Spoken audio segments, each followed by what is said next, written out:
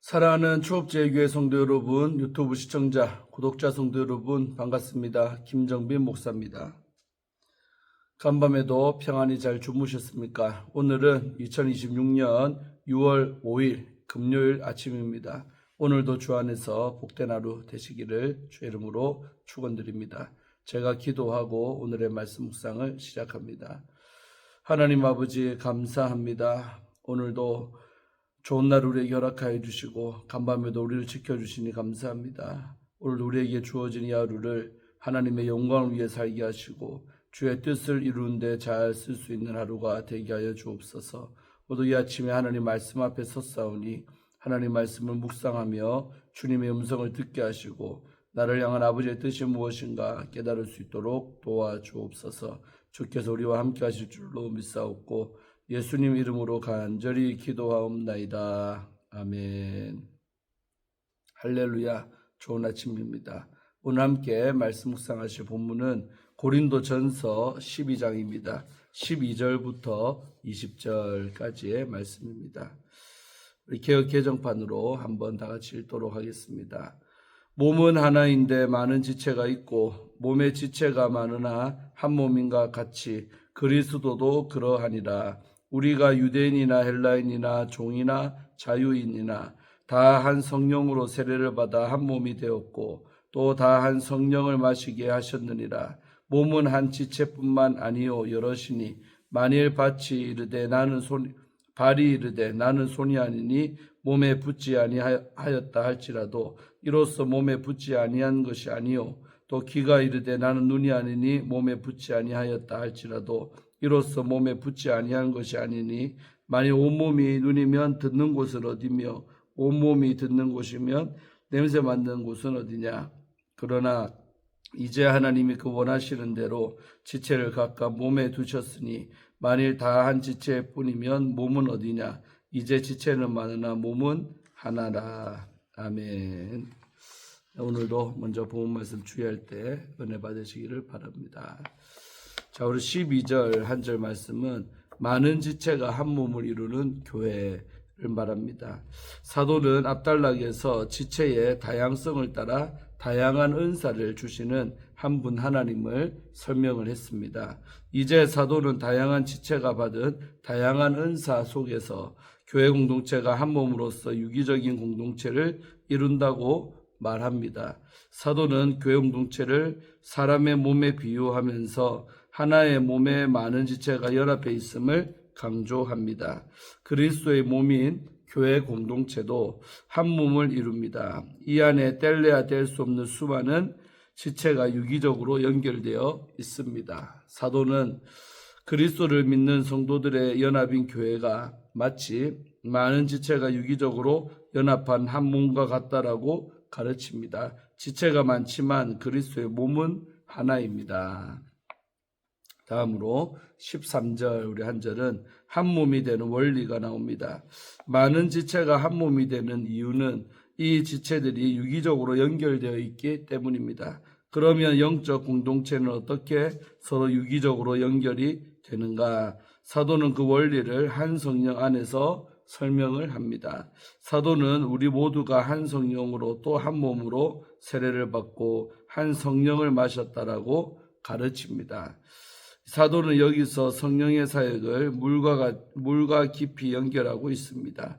이미 사도는 10장에서 이스라엘의 역사를 말하며 이스라엘 백성이 홍해를 건넌 사건을 구름과 바다에서 세례를 받은 사건으로 규정을 했습니다. 사도는 이 세례의 중요한 의미를 한 몸에서 찾고 있습니다. 세례는 정결의식으로 정결하게 하여 거룩하게 구별짓는 예식이라고 할 수 있지요. 정결 예식에는 씻는 물이 중요한 도구로 사용이 됩니다. 사도는 세례에서 물이 가진 정결의 의미와 역할을 성령 속에서 찾고 있습니다. 사도는 이 구별이 객체를 나누기 위한 구별이 아니라 공동체가 한 몸을 이루기 위한 구별임을 말합니다. 성도가 받는 세례 속에 성령을 통한 씻음과 그리스도 안에서 한 몸이 됨이 내포되어 있습니다. 사도는 성찬 중 마시는 것도 성령의 사역과 연결시킵니다.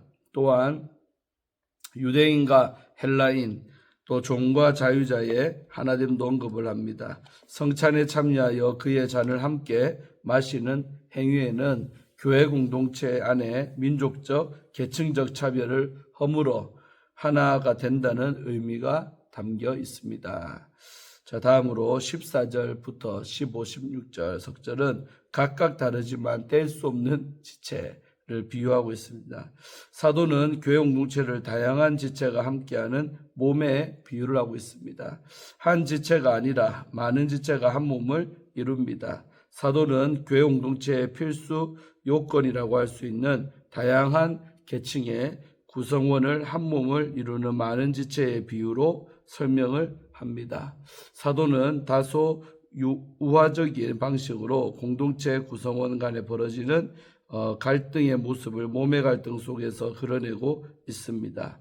이 서술 속에서 사도는 서로 다른 모습의 지체들이 서로 갈등하며 분리되려고 애쓸지라도 결국 몸에서 분리될 수 없는 현실을 직시합니다.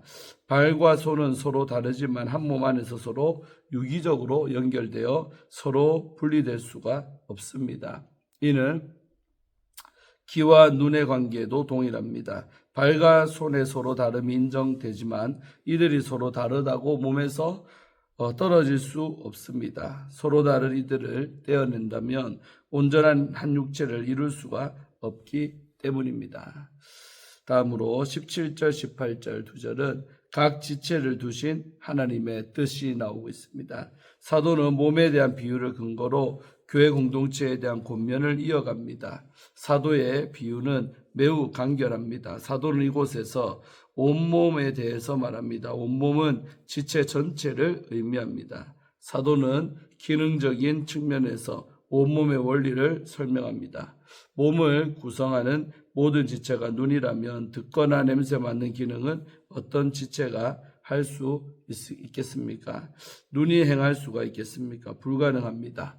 보기만 하고 듣지 못하며 냄새도 맡지 못하면 온전한 몸이 아니지요. 사도 바울은 그리스도의 몸이 온전케 되도록 역사하시는 바로 하나님에 대해서 설명을 합니다. 하나님은 교회 공동체의 수많은 지체가 서로 연결되어 온전한 한 몸을 이루도록 역사하십니다. 사도 바울은 이러한 하나님의 역사를 지체들의 역할 분배에서 찾고 있습니다. 이렇게 하나님이 원하시는 대로 지체를 각각 몸에 두셨습니다. 사도가 이 구절에서 언급하는 각각 몸은 지체들 가운데 각자 한 사람을 뜻합니다. 하나님은 지체들 가운데 각각 개인을 한 몸이 되도록 세우셨습니다. 교회 공동체에 관한 이러한 서술 속에서 각 개인의 이 개별성에 대한 존중이 두드러집니다. 사도는 교회 공동체가 한 몸을 이룸을 강조함과 동시에 한 몸을 이루는 각각 한 지체, 한 사람도 강조하고 있습니다. 교회를 구성하는 각 지체에 대한 존중은 어린아이와 같은 작은 자를 귀중히 여기신 예수님의 말씀과 연결이 됩니다. 예수님이 작은 자를 실족시키는 자를 책망하시면서 한 영혼의 소중함을 강조하신 이유는 한 지체의 영혼이 하나의 공동체를 이루는 소중한 존재이기 때문입니다. 자, 19절, 20절 마지막 두 절은 지체는 많으나 몸은 하나다는 내용입니다. 지체들의 다양성이 확보되지 않은 몸은 몸이 될 수가 없습니다.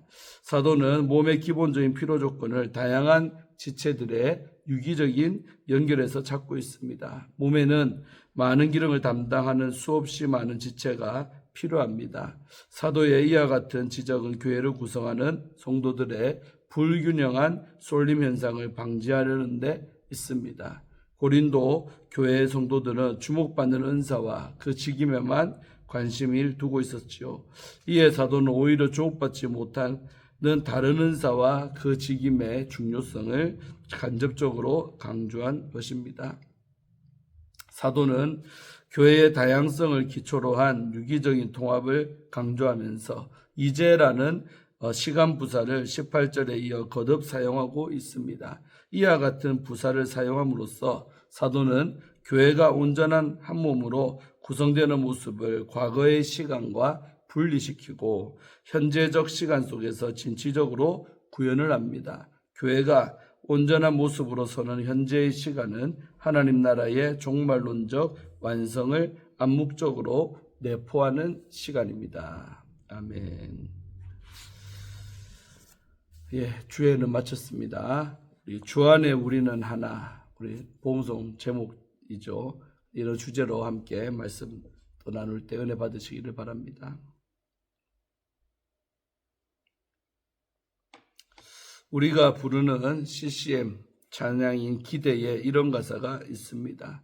주 안엔 우리 하나, 모습은 달라도 예수님 한 분만 바라네. 사랑과 선행으로 서로를 격려해 따스함으로 보듬어 가리. 이 가사에는 그리스도 안에서 우리가 한 가족이라는 진리가 잘 담겨 있습니다. 오늘 본문에서 바울은 교회를 한 몸으로 비유하며 우리가 왜 서로에게 없어서는 안 될 존재인지를 일깨워 줍니다. 12절 13절 말씀 중심으로 보면 성령으로 묶인 새로운 정체성이 나오죠. 바울은 유대인이나 헬라인이나 종이나 자유인이나 모두 한 성령으로 세례를 받아 한 몸이 되었다라고 선언을 합니다. 여기서 세례는 물에 잠기는 것을 뜻하며 우리가 성령 안에 잠김으로 그리스도께 속한 존재가 되었다라는 의미입니다. 이전에는 서로 다른 삶을 살던 사람들이지만 이제는 한 몸을 이루는 지체가 되었습니다. 느헤미야 3장에는 예루살렘 성벽을 재건할 때 다양한 사람들이 참여하는 장면이 나옵니다. 대제사장뿐 아니라 금장색과 향품장사, 심지어 딸들과 함께 성벽을 쌓은 사람들도 있었지요. 전공도 직업도 삶의 모습도 달랐지만 하나의 사명 아래 서로 연결되어 무너진 성벽을 함께 세워 나갔습니다. 사랑하는 성도 여러분, 우리는 성령 안에 한 몸으로 묶인 사람들입니다. 우리는 따로 존재할 때가 아니라 함께할 때 비로소 예수 그리스도의 형상을 온전히 드러낼 수가 있습니다. 다음으로 우리 14절부터 16절 말씀 중심으로 서로 연결된 지체들, 몸의 각 지체는 분리될 수가 없습니다. 이미 몸에 속해 있기 때문이죠. 교회 안에서 나는 필요 없어, 나 하나쯤 없어도 괜찮아라고 생각하는 것은 공동체를 약하게 만드는 태도입니다. 정구와 소켓을 떠올려 보십시오. 아무리 좋은 정구라도 연결되지 않으면 빛을 낼 수가 없지요. 정구는 빛을 내기 위해 만들어진 존재입니다. 연결될 때 그 본래의 목적이 드러나는 것이죠. 우리는 이미 그 예수 그리스도 한 몸에 속한 존재이며 서로 연결될 때 비로소 어두운 세상 가운데 빛을 밝히는 삶을 살아가게 됩니다. 자, 우리 다음으로 17절에서 20절 중심으로 보면 서로 다른 은혜가 나오죠. 하나님은 우리를 모두 같은 모습으로 만들지를 않으셨습니다.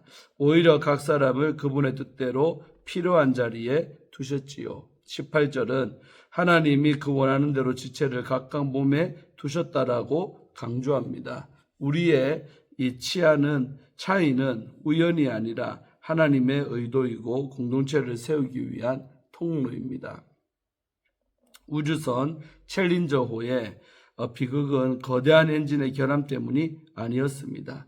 눈에 띄지 않는 아주 작은 고무부품이 제 역할을 하지 못했기 때문입니다. 이 사건은 한 가지 사실을 분명하게 보여줍니다.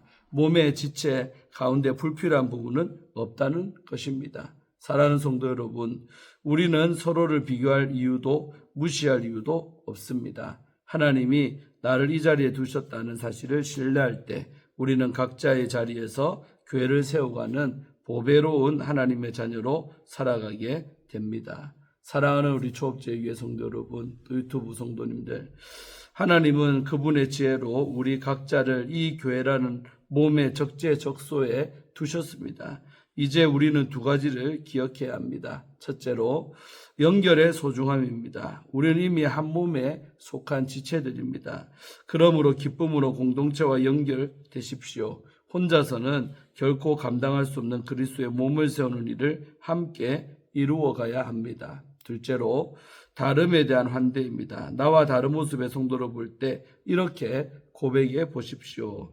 저분은 내게 없는 것을 채워주기 위해 하나님이 보내신 선물이다. 우리가 서로의 다름을 인정하고 사랑으로 연합할 때 우리는 세상은 우리를 통해 살아계신 예수 그리스도의 몸을 보게 될 것입니다.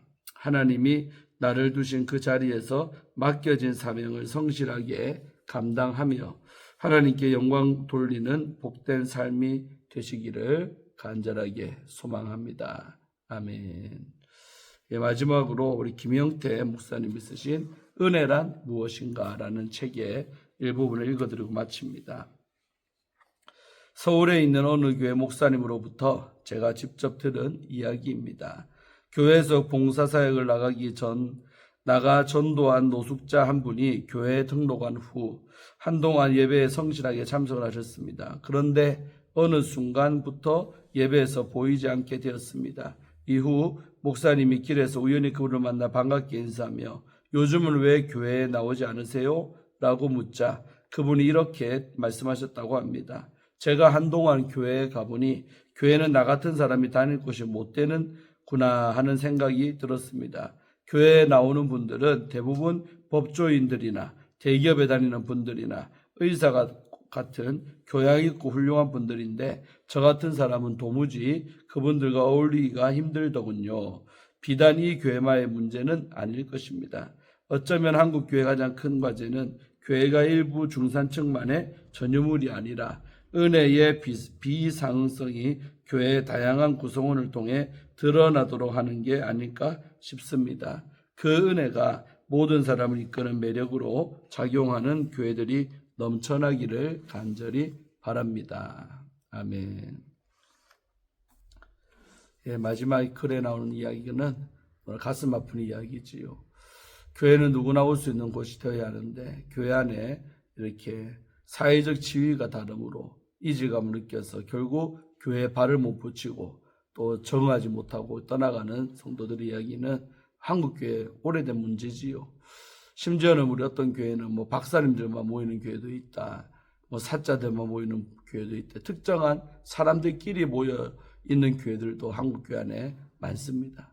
또 어느 목사님은 그런 걸 자랑으로 또 말하는데 참 성경적으로 비춰보면 심각한 일이 아닐 수가 없습니다. 교회는 사회적 지위의 높고 낮음 또 물질의 많고 적음 상관없이 하나가 되는 공동체가 되어야 하는 게 가장 이상적인 오늘 성경이 말하는 그런 교회이지요. 자, 오늘도 귀한 큐티를 통해서 우리에게 주신 말씀 다 잘 받으신 줄로 믿습니다. 제가 기도하고 오늘의 말씀 묵상을 마칩니다. 하나님 감사합니다. 오늘도 이 아침에 고린도전서 말씀을 통해 은혜 받게 하심에 감사합니다. 정말 교회가 그리스도의 몸이요 우리는 그 몸에 붙은 각각의 지체임을 다시 한번 깨닫습니다. 우리가 지체가 지체를 서로 이해하며 또 서로 존중하는 아름다운 교회 공동체가 되게 하시고 서로를 무시하는 것이 아니라 존중하며 다 같이 한 몸에 붙은 귀한 존재들임을 지체들임을 다시 한번 더 깨닫습니다. 감사하게 생각하며 서로가 서로를 이해하며 아끼며 주 안에 우리가 하나라는 사실을 꼭 기억하고 함께 우리 조업제의 교회를 섬기고 또 각자가 섬기는 그 교회들을 아름답게 세워가는 귀한 하나님의 사람들이 다 되기를 원합니다. 오늘 하루도 주의 영광을 위해 살아가게 도와주옵소서. 예수님의 이름으로 간절히 축복하며 기도하옵나이다. 아멘. 할렐루야. 오늘도 좋은 하루 되시고 내일 아침에 큐티로 뵙겠습니다. 샬롬.